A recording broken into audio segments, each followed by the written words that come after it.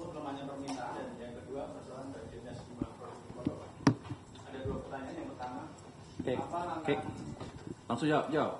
Oh, belum nanya. Udah mau jawab aja nih. Ada dua langkah.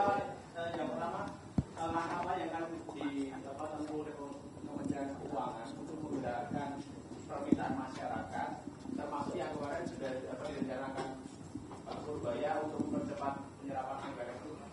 Targetnya berapa, kementerian apa yang akan disasar, terus kalau alokasi itu nanti ke program-program apa yang itu Pak. Itu yang pertama. Oke, saya jawab aja pertama, langsung jawab yang kedua deh pasti. Ya. Gini, soalnya kalau orang bertanya biasanya panjang-panjang, dia malah ceramahin. Oke, yang pertama, gimana cara menghidupkan demand, terus gimana sektor swasta bisa hidup kan? Jadi gini, itu sering timbul pertanyaan dulu, perdebatan, yang mana yang bisa ngidupin, ini kan antara telur dan ayam, demandnya dulu, baru kredit tumbuh, atau baru ekspansi perusahaan, atau sebaliknya. Kalau kita sih gini, ini kalau based on teori ya, dampak dari uang dalam jangka pendek pasti betul. Kalau jangka panjang mungkin bisa berubah, bisa kayak inflasi. Tapi jangka pendek begini, jangka pendek itu bisa setahun 2 tahun loh. Kalau saya tambah uang ke sistem, artinya apa? Itu bunga cenderung turun. Kenapa bunga cenderung turun?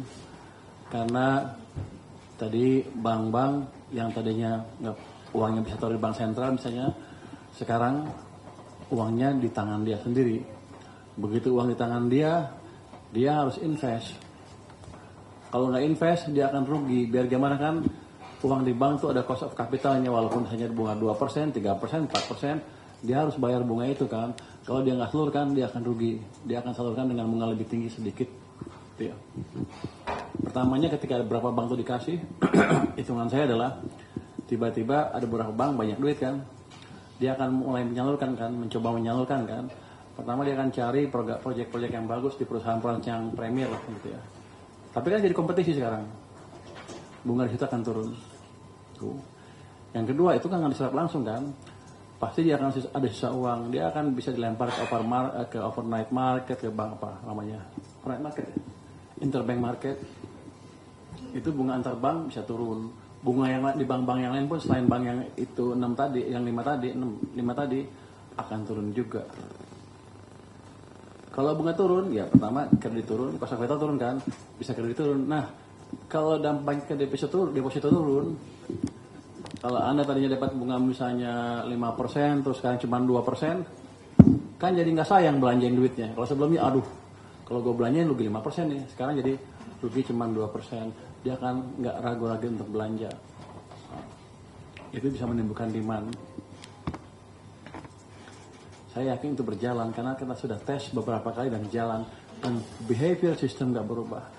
Jadi ketika bunga di pinjaman juga turun, perusahaan-perusahaan juga ngeliat demand mulai naik nih karena orang mulai belanja kan, pasti mulai belanja. Nggak mungkin nggak, karena bunganya lebih turun. Ilmu ekonomi adalah ilmu yang pelajari human behavior sebetulnya. Dan itu sudah kita lihat seperti itu. Jadi ini bukan saya yang ngarang, saya udah amatin selama ini dan di buku-buku juga seperti itu. Jadi Indonesia sama dengan di Amerika dengan seperti apa respon terhadap suatu kebijakan, nggak beda jauh. Jadi kalau perusahaan lihat demandnya naik, dia pinjam kan. Tadinya bunganya tinggi dia takut, sekarang bunganya lebih rendah nih, ekspansi. Itulah terjadi supply dan demand naik dua-duanya. Mungkin nggak cepat, mungkin nggak sehari 2 hari. Tapi saya pikirkanlah seminggu 2 minggu sudah akan kelihatan itu. Hampir pasti, kenapa? Sebulan pasti lebih kelihatan, 2 bulan kelihatan, 3 bulan udah kelihatan. Full swing dari kuasa monetary policy yang saya buat tadi ke perekonomian. Gitu ya. Jadi jangan tanya lagi, teorinya memang begitu. Kenapa saya tahu? 2021 kita tes itu. 2021 kan COVID. Harusnya kan hancur ekonomi kita. Kenapa bisa bagus? Karena kita jalankan hal yang sama, tapi yang waktu yang kontrol presiden langsung dari istana dengan perintah khusus yang orang di luar nggak tahu. Yang jelas Anda tahunya kelihatannya ekonominya bertahan nih. Indonesia dipuji-puji dunia internasional. Tapi itu bukan terjadi karena karena kebetulan atau karena emang kita ekonominya kuat, tapi karena ada intervensi moneter dan fiskal yang Anda waktu itu nggak tahu. Saya pikir juga nggak perlu tahu, yang penting Anda happy kan. Anda nggak perlu tahu kita bahaya waktu itu, kita kan berjatuh 1998 pada waktu itu kalau nggak dibalik kebijakannya. Jadi saya selalu bilang berbahagialah orang-orang yang nggak mengerti.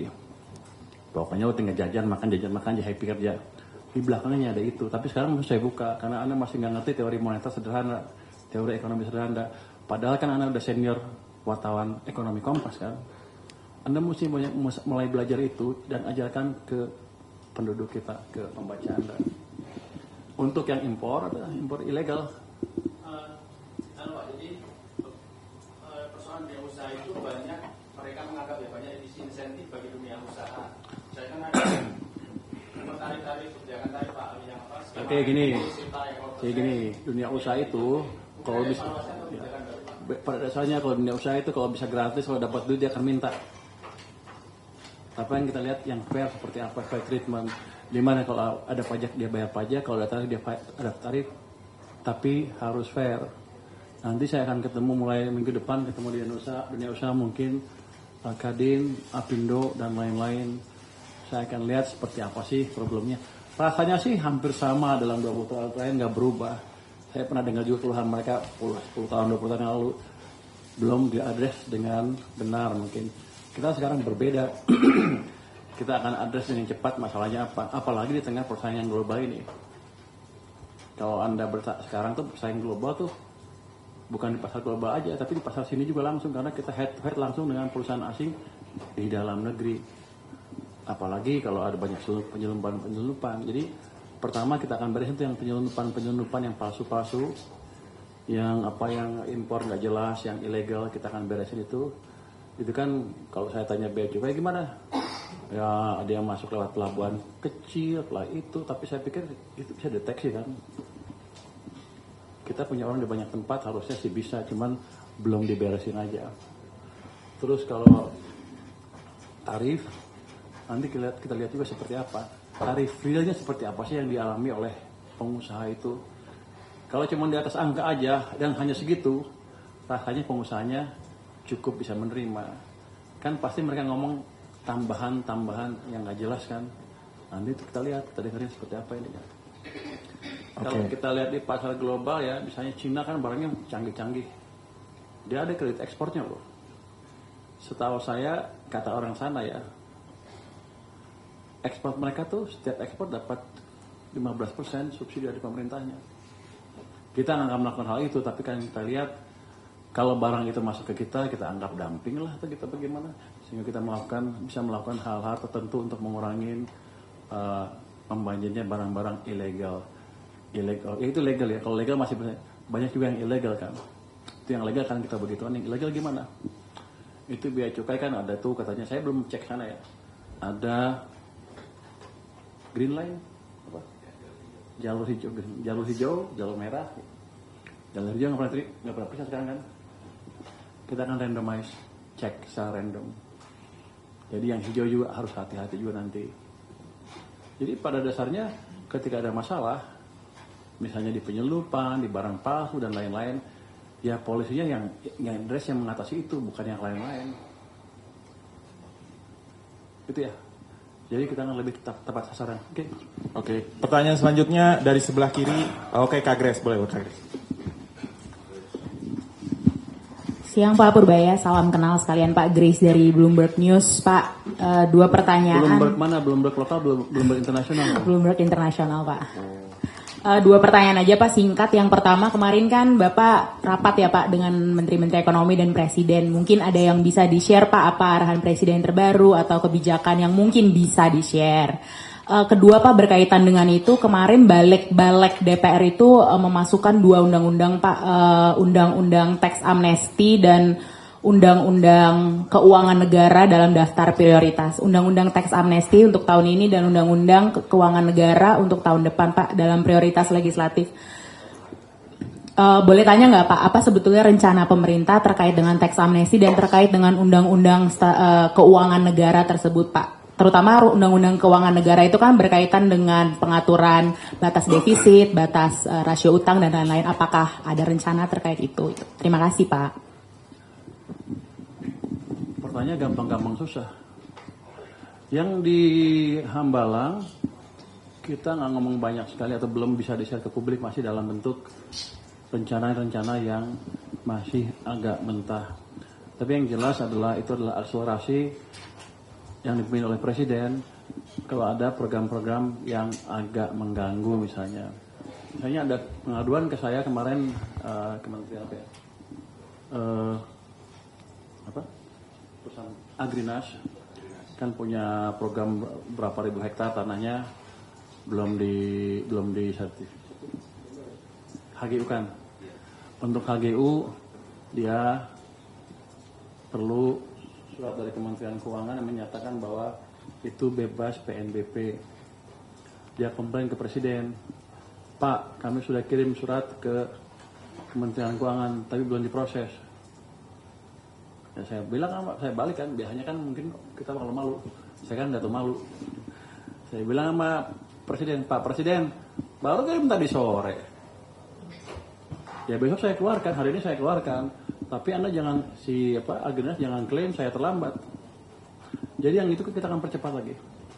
Kan biasanya katanya beliau si Menteri Keuangan jadi Kementerian Keuangan menjadi kambing hitam kan. Sansak, disalahin terus. Makanya saya akan ada program izin juga, saya akan putar-putar datang ke kementerian-kementerian yang besar, yang program-program besar kita akan lihat, kita akan sisir. Kalau kita bisa bantu penyerapan anggarannya kita bantu. Dan kita antisipasi nanti di akhir Oktober kita hitung bisa serap apa enggak. Kalau enggak ya kita ambil uangnya, kita redistribusi ke tempat, ke program yang lebih bagus, yang siap, atau yang untuk masyarakat langsung. Jadi kayak, ini pengulangan ya, tapi emang itu saya mesti omongin lagi itu. Yang lain apa ya kemarin di sana, pada dasarnya itu. Terus yang masalah tadi? Enggak ada kita berubah. Enggak kita berubah sampai sekarang. Kenapa Anda nanya itu? Anda pasti pikir saya mau melanggar 3%, tidak.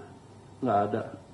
Kalau ekonominya bagus, misalnya jurus saya berhasil, harusnya sih ekonominya akan lebih bergairah dan pendapatan pajaknya lebih tinggi juga. Harusnya kita nggak perlu merubah undang-undang untuk menaikkan defisit atau batas utang. Berapa sekarang? 3% sampai 60 kan? Terus saya ajarin lagi sedikit. Kalau misalnya kita melanggar 3%, apakah kita tidak prudent? Undang-undang itu batasan 3 sampai 60 itu sebetulnya diambil arbitrary, sembarangan. Karena sih ada yang lain ke situ. Oh. Dia nyuruh menteri dia. Yo, maksud lo apa? Ini menteri. Siap salah. Jadi lupa. Secara teoritis angka itu tidak ada.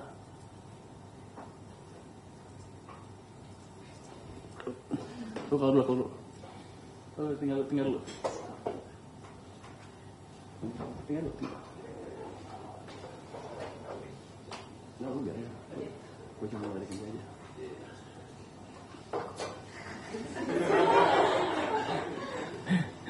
YTH Pak Menteri Yudi, Menteri Dikti Saintek sudah sampai Juanda di holding room.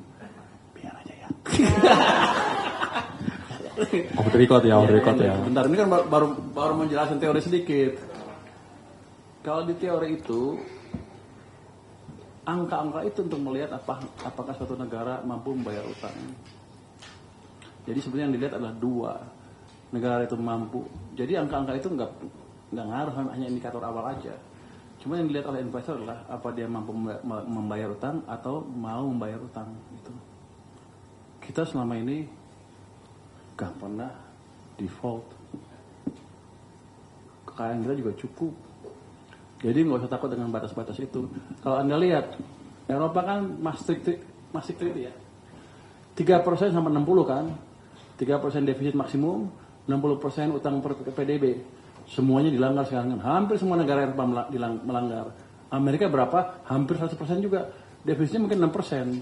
Rasio utang ke PDB-nya di atas 100%. Seandainya kita kepepet, seandainya ya, Kenapa mereka boleh, kita nggak boleh?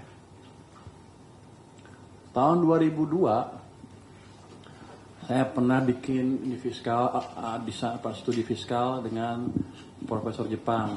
Dia pada waktu memberi masukan ke pemerintah tentang fiskal, cuman dia nggak bisa ngitung. Jadi dia bisa minta hitungin saya hitung modelnya segala macam. Habis itu selesai dia ngasih tahu Menteri Keuangan pakai model saya. Jadi gue jawab ya Pak. Nggak boleh ngomong gitu ya, sorry. Habis itu seminar dengan dia. Waktu itu rasio utang ke PDB Jepang 125%. Dan dia ngajarin kita nggak boleh 3%. Saya tanya dong ke dia, Pak Takatoshi Ito namanya, itu orang terkenal yang bikin Abenomics di Jepang. Kamu ngajarin saya nggak boleh di atas 3%. Kenapa kamu lebih dan rasio utang kamu 125% ke PDB? Dia bilang, itu pertanyaan bagus. Tapi yang saya bisa jelaskan adalah kamu tidak mempunyai privilege seperti Jepang untuk menjalankan rasio utang ke PDB di atas 1% atau di atas 60%. Kan kurang ajar, nggak ada teorinya, suka-suka dia. Jadi lembaga-lembaga rating itu juga nggak fair juga. Saya pernah debat semuanya mereka. Sekarang Eropa banyak ratingnya apa? E kan, banyak yang E dengan utang seperti itu. Kita lebih bagus kondisinya. Kenapa masih berapa? Triple B plus apa sekarang? Investment grade yang masih di bawah. Padahal dari fiskal kita lebih bagus, prospek ekonomi juga lebih bagus. Jadi Anda tanya ke Bloomberg dan sana, kenapa nggak fair? Tanya ke sana, jangan tanya ke saya ya. Kak, boleh nggak Kak? Kalau berarti mau memperjelas aja posisi pemerintah. Tidak, saya nggak. Perubahan itu perlu atau tidak? Tidak. Tidak. Prolegnas ngapain? Karena kan undang-undangnya masuk dalam prolegnas. Ya biar aja masuk prolegnasnya belum berubah. Makanya saya mau konfirmasi. Enggak berubah. Pemerintah melihat perlu atau tidak? Tidak. Oke. Anda tanya sana ya. Jangan protes saya terus. Protes lembaga internasional. Kenapa kamu nggak fair? Oke, next. Ini biar aja. Next Ada yang question lebih lagi, siapa? yang lain. Next question. Tangguh, lempar ke sana dulu. Salah nggak? Sampai 15 ya. Sampai lewat 15 ya. Sorry kalau sama asing gue agak sebel emang. Habis mereka injek kita, lu gila kita. Oke, sorry dulu. Sama bukan asing, bukan lo ya Pak. Ini asing lembaga asing. Enggak fair sama kita. Silakan Mbak Lola. Dari mana? Di DTC News. Khusus pajak bea cukai Pak pemberitaannya. Denny Darussalam Tech Center Pak. Denny Darussalam Tech Center. Ini kanal beritanya Pak, wartawan beritanya. Iya. Nama orang itu. Iya betul Pak, konsultan pajak Pak. Senior konsultan pajak. Dia bikin kanal media Pak, ini salah satu reporternya.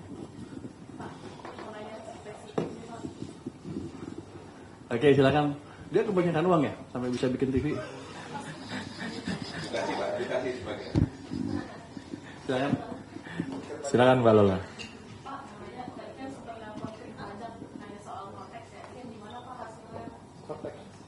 Kemarin Bapak waktu Bapak di DJP Pak. Dirjen Pajak sedang pergi ke luar negeri. Saya cuma tanya kesiapannya seperti apa di dalam kalau menurut mereka bagus-bagus terus. Jadi mereka ngibulin saya juga kayaknya. Nanti saya akan cek belum sidak betul ke Cortex-nya karena belum sempat. Cuman dari satu ini yang kemarin yang menarik adalah diskusi masalah cukai. Anda tertarik cukai kan? Itu saham rokok pada naik 20% begitu saya ngomong cukai. Itu kan investor bukan? Nggak tahu. Naik 20%. Ya, mungkin sekarang masih naik. Ada cara mengambil kebijakan yang agak aneh untuk saya. Saya tanyakan, cukai rokok gimana? Sekarang berapa rata-rata? 57%. Wah, tinggi amat. Fir'aun loh gue. Gitu. Banyak banget ini ya. Terus kalau turun gimana? Ini bukan saya turun, bukan mau turun ya, cuman diskusi. Kalau turun gimana? Kalau turun makin banyak income-nya. Loh kenapa dinaikin kalau gitu? Rupanya kebijakan itu bukan hanya income saja di belakangnya. Ada policy memang untuk mengecilkan konsumsi rokok. Jadi dikecil lah. Jadi otomatis industrinya kecil kan. Tenaga kerja di sana juga kecil. Oke, bagus kalau. Ada WHO di belakangnya, ada ini. Cuman saya tanya, oke, kalau kamu desainnya untuk memperkecil industri, kan pasti udah dihitung dong berapa pengangguran yang terjadi kan? Bisa dihitung kan pasti. Makanya banyak yang dipecat kemarin kan di sana. Terus mitigasinya apa? Apakah kita sudah buat program untuk memitigasi tenaga kerja yang menjadi nganggur?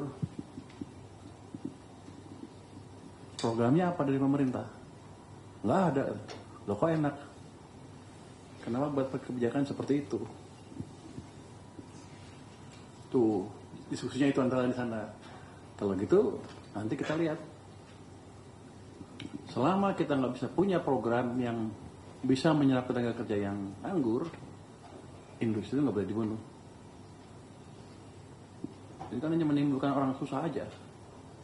Tapi memang harus dibatasin, yang rokok itu paling enggak orang ngerti lah.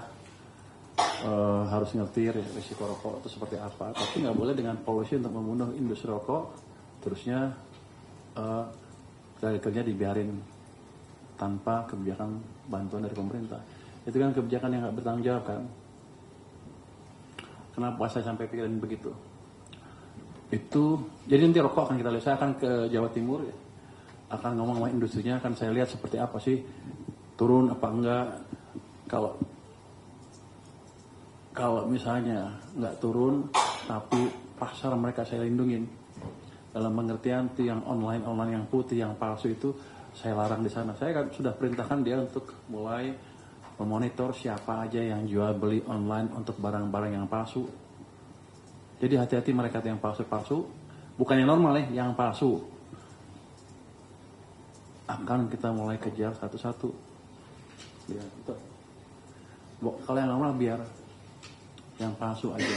Karena gini, nggak fair kan kita narik ratusan triliun pajak dari rokok, sementara mereka nggak dilindungin, marketnya nggak dilindungin. Kita membunuh industri kita, masuk palsu dari Cina apa dari luar negeri ya, situ. Di sana kerja, di sini dibunuh, kan sama aja. Mendingan gue hidupin yang sini, sana tuh bunuh. Kira-kira begitu. Kita akan lihat ke arah sana gerakannya. Satu lagi apa gitu teman baca itu palsu itu utamanya. Pak, balik ke konteks berarti pertemuannya sampai saat ini Bapak belum terinformasikan. Kalau kata orang pajak, kalau itu bagus katanya. Sudah stabil katanya, walaupun kalau kata teman-teman yang bayar tuh masih lama bang katanya. Nanti saya cek. Ya kalau orang tanya bos pasti gitu kan, namanya ABS. Oh iya, Anda tahu kalau lapor ke presiden seperti yang bilang tadi, kemarin juga sama. Semuanya ABS, saya bisa ini pak, saya bisa itu pak. Ulang lagi. Ternyata tanya belum dihitung. Ini presiden pintar juga sih, lama-lama tahu. Jadi di sini begitu, yang ABS pelan-pelan akan kita rubah menjadi tidak ABS. Yang penting problemnya solve. Oke. Ya, yang lain. Oke, yang lain, Bang Ucok sebelah kiri. Menteri galak nggak? Nggak kan, santai kan? Iya, Pak. Itu kok kadang suka serius nih. Tapi gue lihat gue ketawa melulu ya, salah ya. Pak Purbaya, perkenalan saya Maulana dari Mereka yang serius tegang loh. Maulana Pak dari Investor Trust, mau Investor Trust Pak. Oh, anaknya Pak Primus ya? Ada 2 pertanyaan Pak mengenai tambahan 12,3 T yang masuk ke belanja negara. Belanja KL itu sebenarnya untuk apa sih Pak? Untuk sektor kementerian apa saja? Kemudian yang kedua tadi kan disampaikan anggaran yang belum terserap sampai Oktober kan akan direalokasi ya. Nah MBG ini kan posisinya masih jauh Pak dari serapan. Nah itu apakah juga akan direalokasi atau Iya bagaimana? makanya kita yang untuk tahun depan masih belum putuskan, masih harus sidang paripurna. Saya belum akan diskusikan dulu ya Mas ya. Tapi yang MBG treatmentnya sama. Oh, treatmentnya akan sama. Kalau memang kita bisa lihat dan kita coba bantu, termasuk ngirim manajemen segala macam, orang keuangan banyak kan, biar kerja lah. Terus kalau di akhir Oktober kita bisa hitung dan kita antisipasi penyerapannya hanya akan sekian, ya kita ambil juga uangnya, kita sebar ke tempat lain atau untuk mengurangi defisit atau untuk mengurangi utang. Jadi pada dasarnya nggak ada uang nganggur di departemen di kementerian yang di earmark sampai akhir tahun. Kira-kira begitu angkanya. Presiden kan misal geser gitu kan, karena kan salah satu program prioritas. Kalau uangnya nggak bisa diserap, dia setuju juga nggak bisa diserap. Yang ngerubah apa kan? Nggak, dia bilang sih oke, boleh, dia bagus. Justru kita membantu MBG biar diserap lebih cepat. Tapi kalau saya nggak ada sanksi, ya mereka santai-santai aja lah. Ini stick and carrot. Kalau bisa dia lebih cepat, ditambah lagi uangnya, paling bagus. Tapi hitungan kita nggak mungkin kelihatannya. Makanya kita mau lihat dan kita perbaiki, kita bantu kalau bisa. Oke, lagi? Oke, next. Sebelah kanan lagi. Bayang jilbab dulu ya sebentar ya. Yang kanan. Terus serius biasanya gue di forecam gue santai, Jo. Ini levelnya Pak Menteri soalnya. Silakan Mbak, langsung aja Mbak.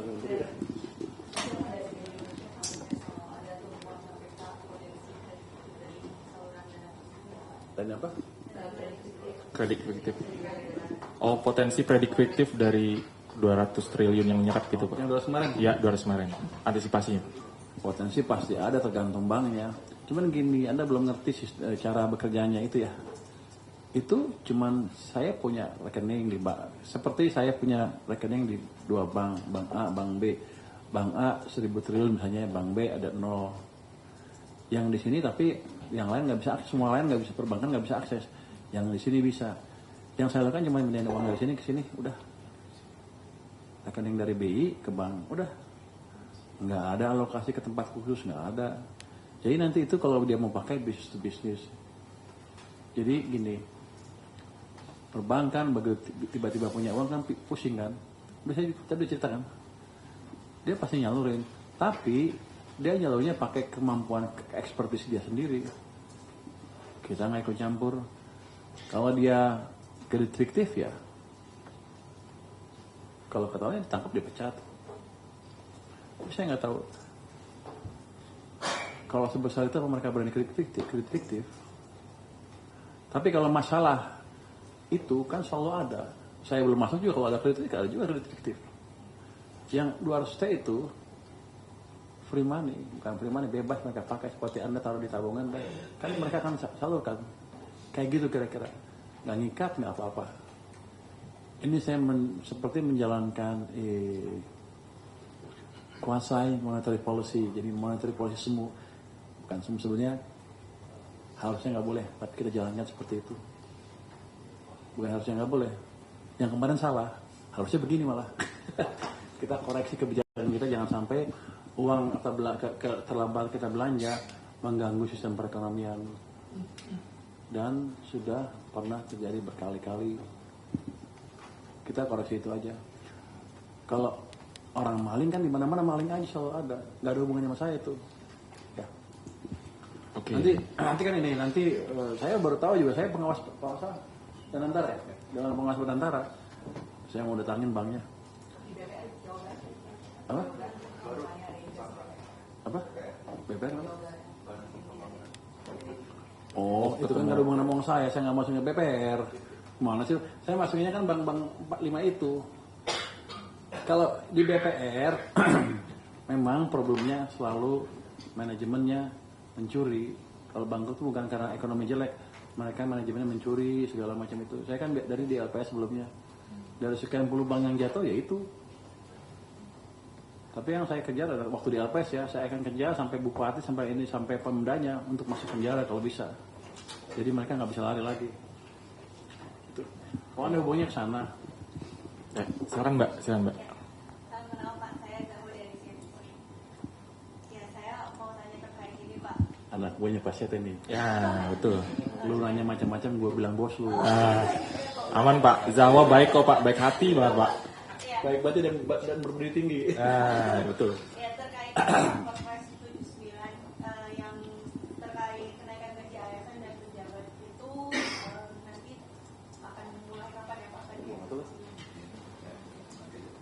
Saya belum tahu itu Mbak, jadi saya nggak bisa jawab. Nanti saya pelajari dulu ya. Disimpan ya Zahwa ya. Berarti saya naik gajinya kalau gitu. Oke. Boleh juga nih, saya lain gini. Ya, disimpan dulu ya Mas Zahwa. Yang lain, next. Yang lain nggak? Ada pertanyaan lain nggak? Pertanyaan lain ada nggak? Kalau nggak Bapak Menteri harus sudah ditunggu. Itu satu lagi Pak, kiri Pak. Jangan nih. Oh, di sana di sini loh. Mana Pak? Ada kembaran Pak saya Pak di sana. Stefani yang di istana. Enggak saya Pak. Saya juga Pak. Stefano Pak dari Reuters. Di sini ya. Wah, ini tanyanya galak pertanyaan nih. Enggak Pak. Ringan kok Pak yang ini Pak. Pak, menurut Bapak perlu ada tax amnesty lagi nggak Pak? Karena memang di prolegnas juga sempat udah ada dimasuk di prolegnas, dibuka peluang. Karena Pak Prabowo kan juga sempat bicara bahwa ada shadow ekonomi yang perlu di-capture masuk ke sistem ekonomi gitu. Jadi mau ada pandangan Bapak dan juga kalau diterapkan lagi impact-nya ke trust taxpayers gimana nih Pak kalau ada amnesty lagi? Terima kasih. Pandangan saya begini, kalau amnesti berkali-kali, gimana jadi kredibilitas amnesti? Itu memberikan sinyal ke para pembayar pajak bahwa boleh melanggar, nanti ke depan ada amnesti lagi, kira-kira begitu. Jadi posisi saya adalah kalau untuk itu kita optimalkan semua peraturan yang ada, kita minimalkan penggelapan pajak, harusnya sudah cukup. Kita majukan ekonomi supaya dengan tax ratio yang konstan misalnya, tax saya tumbuh, saya dapatnya lebih banyak. Kita fokuskan di situ dulu. Kalau tax amnesty setiap berapa tahun ya udah, nanti semuanya ngelupin duit, 3 tahun lagi buat tax amnesty, kira-kira begitu. Jadi message-nya kurang bagus untuk saya sebagai ekonom ya. Sebagai menteri boleh, ya sebagai menteri lah. Kita lihat seperti apa ke depannya. Tapi rasanya message yang kita hindari adalah gitu, setiap berapa tahun kita ngeluarin tax amnesty. Ini udah berapa? Udah 2 kan? Udah 2 Pak. 1, 2, nanti 3, 4, 5, 6, 7, 8 ya udah. Semuanya akan message-nya adalah kibulin aja pajaknya. Nanti kita tunggu di tax amnesty. Pemutihannya di situ. Itu yang nggak boleh. Saya pikir gitu Mas. Oke, siap. Terima kasih teman-teman semua karena Pak Menteri sudah ditunggu dengan Pak Mendistekti. Terima kasih Pak Menteri. Jangan kapok Pak Menteri untuk datang ke sini lagi. Oh, siap.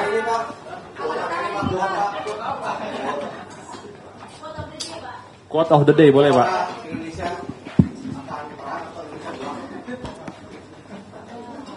Buat hari ini dengan kebijakan yang baru harusnya Indonesia akan Gen Z jangan takut masa depan seperti apa, karena saya juga Gen Z terbanyak. Jempol dulu Pak. Jempol.